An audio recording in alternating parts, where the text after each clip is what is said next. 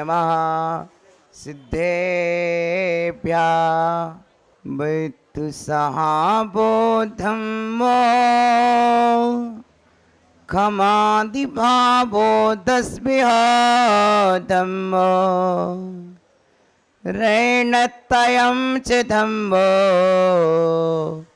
जीवाणं रक्कडं धम्मो बत्तु सहाबो धम्मो खमादिभावो दस्भिः धम्मो रैणतयं च धम्मो जीवाणं रक्कडं धम्मो।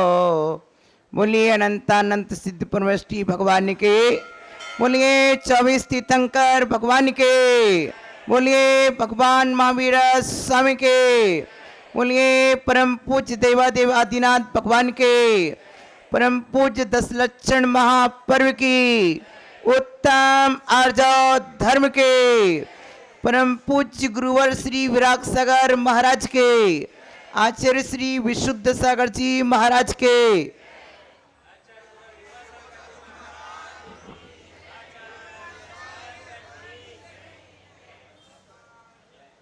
प्रिय आत्मन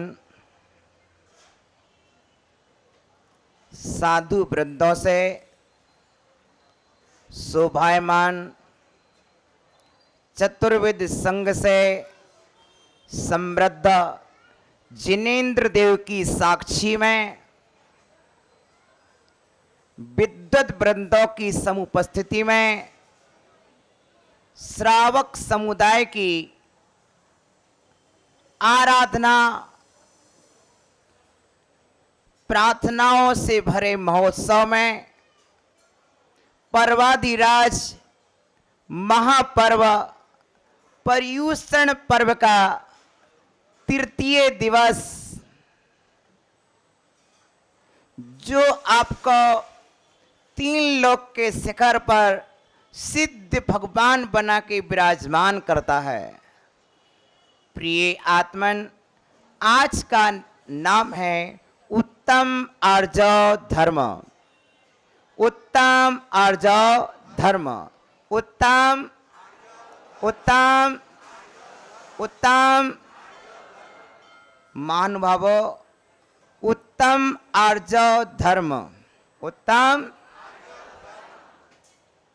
उत्तम शब्द इसलिए है, ख्याति, पूजा, लाभ, आकांक्षा का भाव रख करके सरल नहीं होना, क्योंकि यदि भीतर में कपट है और बाहर में सरलता है तो ये काम शिकारी का है। किसका है? जब शिकारी किसी पशु को बाण आदि से शिकार बनाता है तो इतना सरल हो जाता है, ऐसा सहज लेट जाता है, मालूम, झाड़ियों के बीच में छिप करके ऐसा सीधा लेट जाता है, दूसरे जानवर देखने के बाद भी नहीं समझ पाते हैं कि ये व्यक्ति किस उद्देश्य से लेटा है। बेचारे भोले जानवर उस मनुष्य को सीधा सादा समझ करके उसके पास आ जाते हैं और वह उन्हें अपने तीर का निशान बना देता है।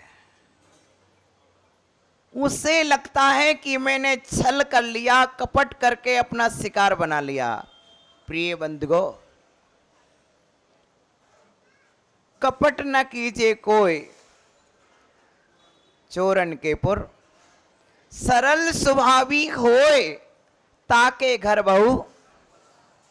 आचार्य भगवंतों की देशना को पंडित दयानंद राय जी ने इस तरह लिपिबद्ध किया, सरल स्वभावी होए, देश के समृद्धशाली व्यक्ति आप पाओगे, उनमें सरलता है। जितने भी देश के विशेष संपत्तिशाली व्यक्ति मिलेंगे वो अपने आप में अत्यंत सरल परिणामी मिलेंगे।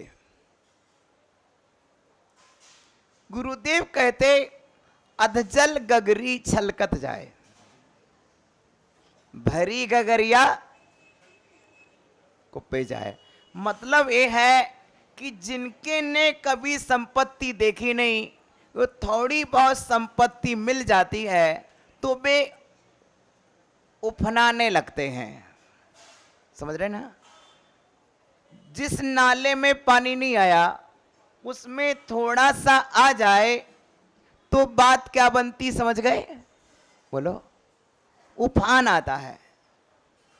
लेकिन समुद्र में बाढ़ नहीं आती है, वह अपने आप में विशाल है। जिसके पास संपत्ति अपार है उसके पास आ भी जाए तो अभिमान नहीं आता, और लाने के लिए वह कपट नहीं करता, माया नहीं करता, वह मायाचारी नहीं करता। विवेक का तराजू उसके पास होता है, वह अपने विवेक तराजू पर तौलता है। आचार्य कहते हैं कपट करके धन मत कमाओ। जीवन को सुखमय बनाना है कि जीवन को मात्र सुविधामय बनाना है? सुखमय जीवन के लिए आवश्यकताओं की पूर्ति बिना कपट के भी हो सकती है, लेकिन जो अति सुविधा भोगी बनते हैं वे अन्याय से धन का उपार्जन करते हैं। वो परिणाम ये होता है कि जब अन्याय से धन आता है तो घर में अनीति से खर्च करने वाले, अविवेक से खर्च करने वाले पुत्र पुत्रियां भी पैदा होते हैं, और उसका परिणाम ये होता है कि घर की कीर्ति, कुल की कीर्ति और परिवार का सम्मान समाज में समाप्त होता है। इसलिए ना अनीति से कमाना, ना अविवेक से खर्च करना, एक बात। दूसरी बात,